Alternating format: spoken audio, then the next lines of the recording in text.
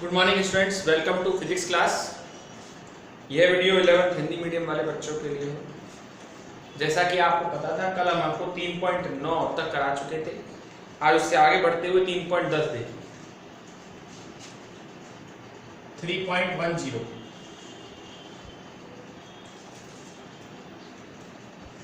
Question लिख रहा हूं मैं। कोई खिलाड़ी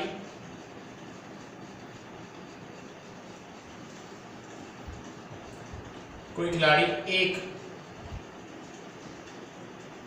गेंद को ऊपर की ओर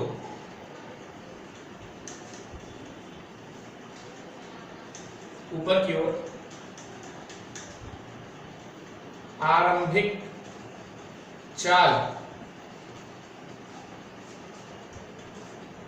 29 मीटर पर सेकंड से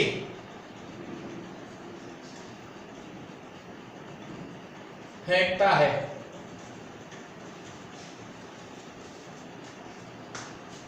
पहला पॉइंट, गेंद की ऊपर की गति के दौरान त्वरण की दिशा क्या होगी? गेंद की ऊपर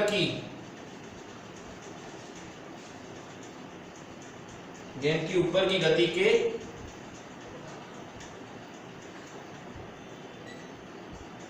दौरान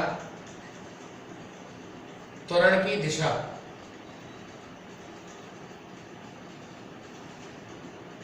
क्या होगी?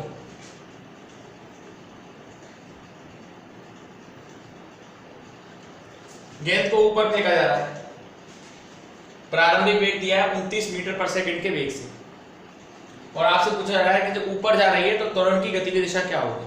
तो कोई भी वस्तु अगर नीचे से ऊपर जाती है या ऊपर से नीचे जाती है तो उस पर लगने वाला त्वरण गुरुत्वीय त्वरण होता है, और उसकी दिशा g बराबर होता है 9.8 मीटर पर सेकंड स्क्वायर, और इसकी जो दिशा होती है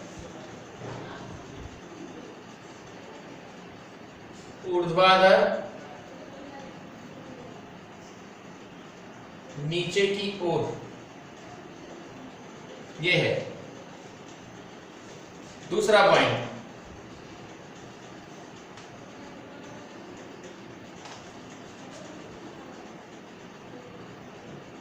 इसकी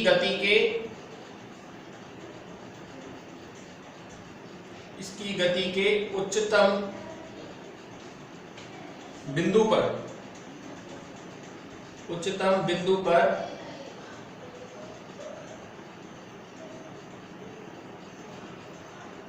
गेंद के वेग व त्वरण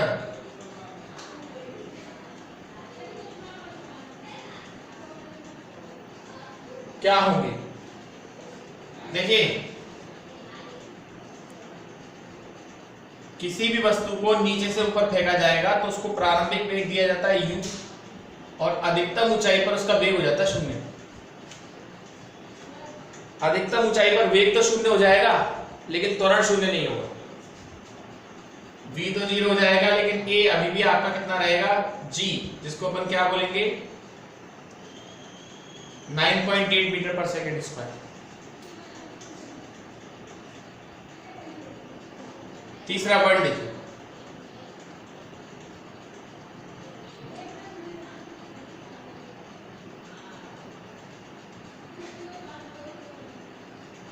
गेंद के उच्चतम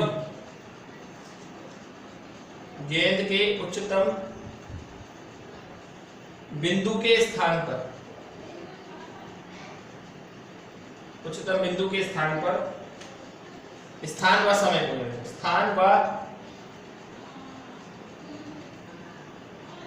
समय को x बराबर 0 व t बराबर 0 चुनिए।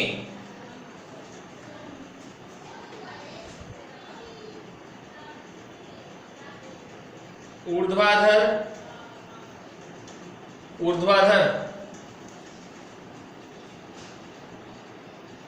नीचे की ओर की दिशा,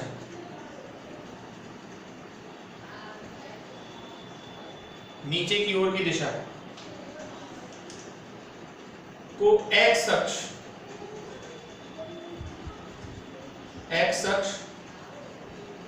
धनात्मक दिशा मानिए।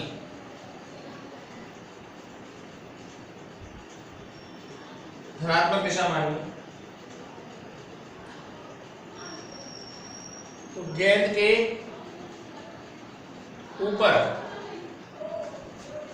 ऊपर की व नीचे की ओर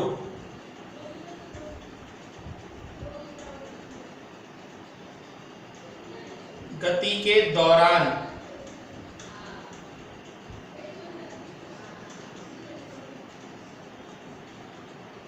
स्थिति, वेग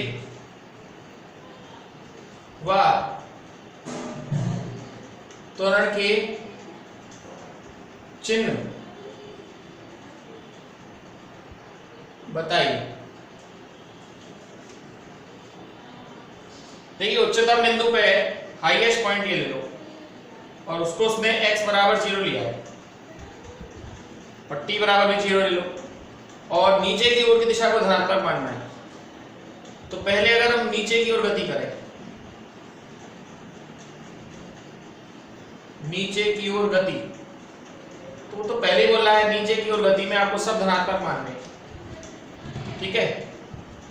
तो अगर नीचे की ओर गति है तो x धनात्मक, वेग धनात्मक होगा और त्वरण a भी कैसा होगा, धनात्मक। लेकिन अगर आप ऊपर की ओर गति की बात करेंगे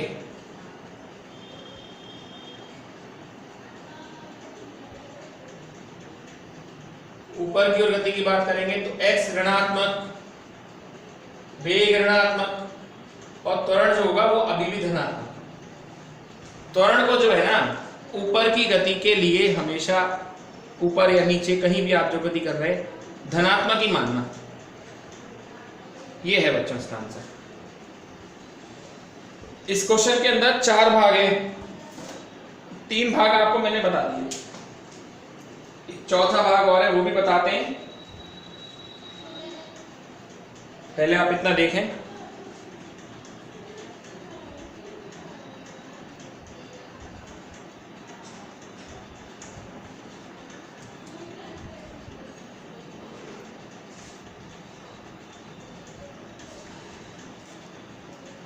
चलिए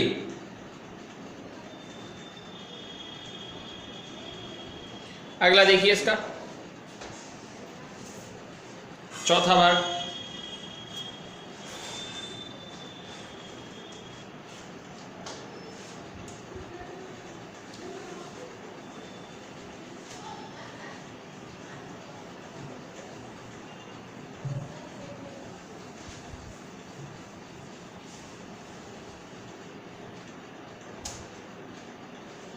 हाँ, चौथा हिस्सा है इसका।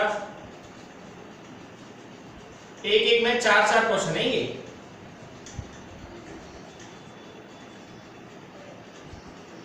किस ऊंचाई तक गेंद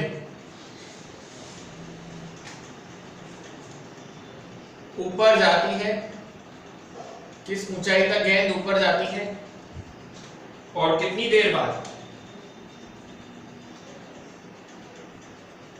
और कितनी देर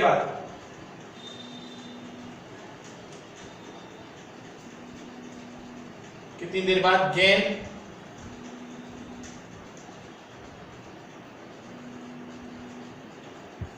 खिलाड़ी के हाथों में आती है।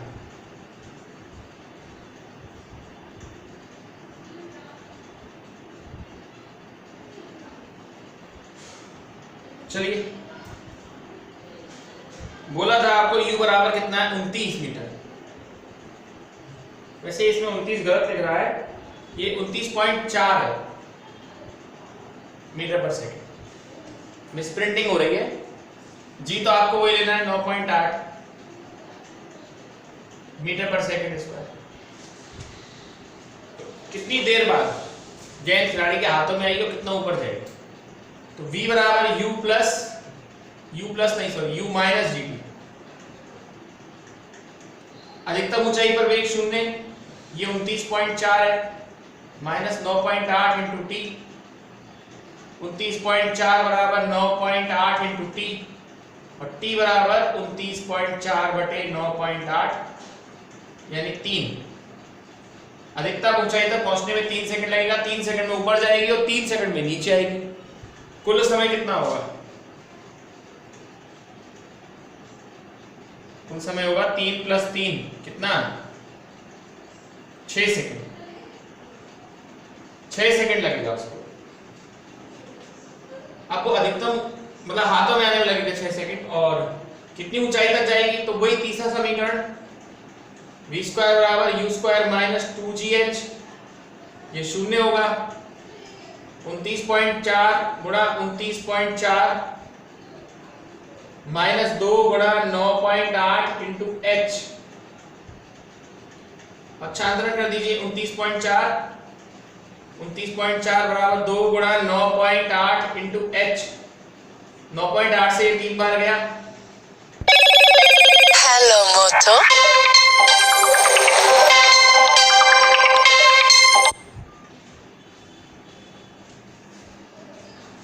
ठीक है, तो 2 से इसको काटिए। 2 एकम 2, 2 चौके 8, 2 सत्ते 14, गुणा कर दीजिए। h बराबर क्या आया? 3 सत्ते 21, हासिल लगे 2, 4 दिया 12 और 2 14। हेलो मोटो।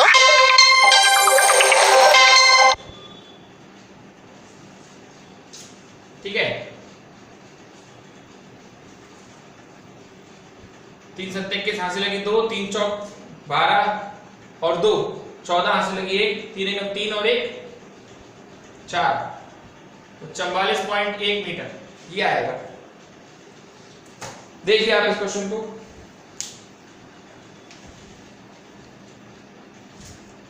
ये इसका चौथा हिस्सा था।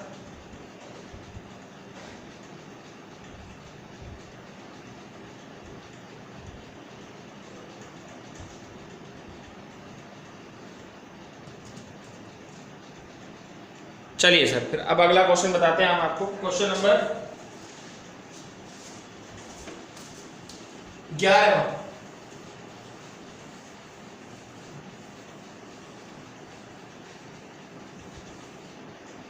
चलिए,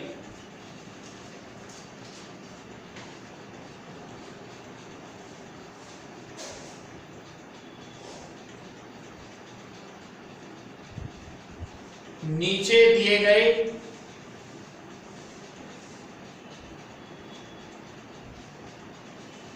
कथनों को ध्यानपूर्वक पढ़िए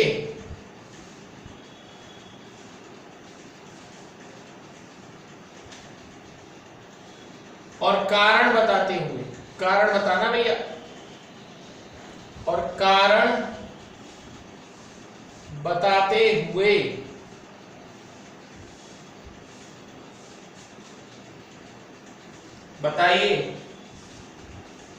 बताइए कि वे सत्य हैं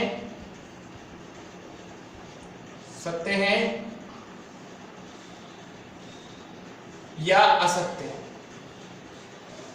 आपको बताना है ये सही है या गलत। एक विमीय गति के लिए, एक विमीय गति के लिए सबसे पहला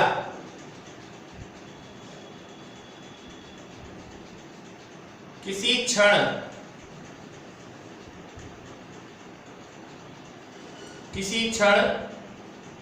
चाल शून्य होने पर भी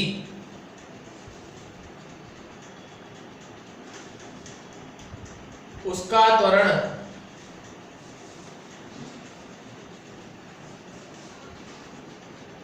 अशून्य हो सकता है।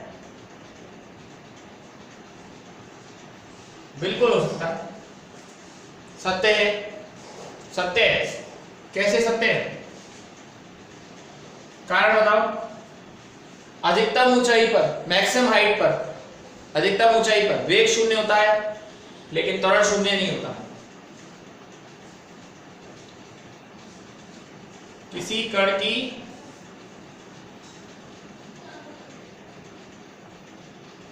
अधिकतम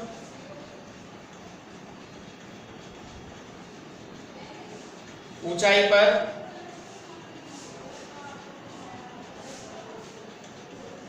चाल शून्य होती है,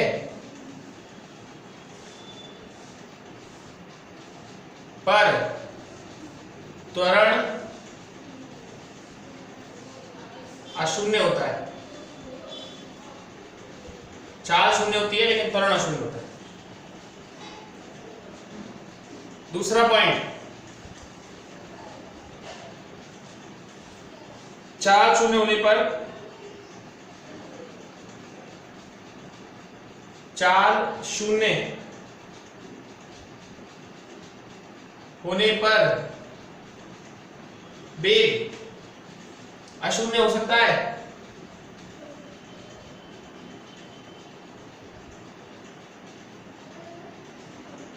असत्य है। क्यों असत्य है? क्योंकि आपको बता रहे हैं कि जो असत्य क्यों है, असत्य इसलिए भाई साहब कि वेग अशून्य, चाल शून्य है। चाल कभी भी, मतलब वेग जो है वो कभी भी चाल से ज्यादा नहीं हो सकता। अब चाल जीरो है तो वेग तो फिर भाई साहब आपका जीरो ही होगा, है ना। तो ये कथन असत्य है। इसका नेक्स्ट थर्ड नंबर का देखिए।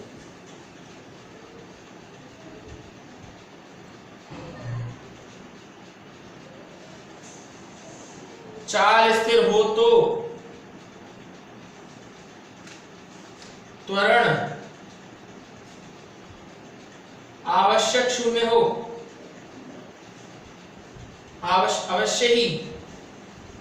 अवश्य ही शून्य होना चाहिए।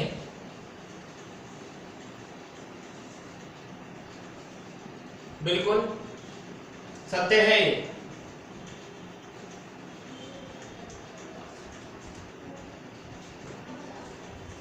सत्य कैसे? भाई देखो, त्वरण तो होता ही है, वेग में परिवर्तन या चाल में परिवर्तन या चाल वेग के बराबर मानी जा सकती है, तो ये सही है बिल्कुल।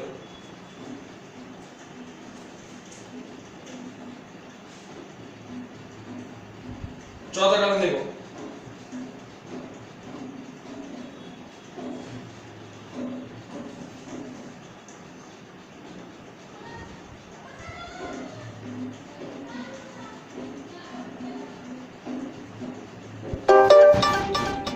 चाल अवश्य बढ़ती रहेगी यदि उसका त्वरण धनात्मक हो। यह जरूरी नहीं है।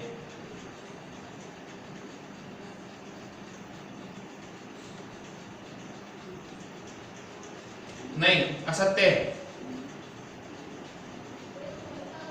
मतलब चाल बढ़ती रहेगी आपकी चाहे त्वरण धनात्मक हो। देखिए तो देखिए, त्वरण एक सदिश राशि है और ये आपके निर्देश तंत्र पर निर्भर करता है। त्वरण एक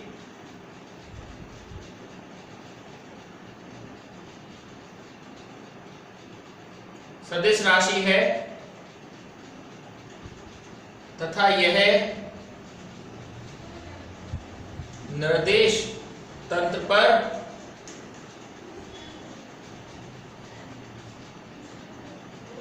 निर्भर करता है। त्वरण एक सदिश राशि है और ये निर्देश तंत्र पर निर्भर करता है। ये है सिस्टम इसका, ठीक है। तो ये सत्य सत्य का हिसाब किताब है। तो देखिए बच्चों इस क्वेश्चन को,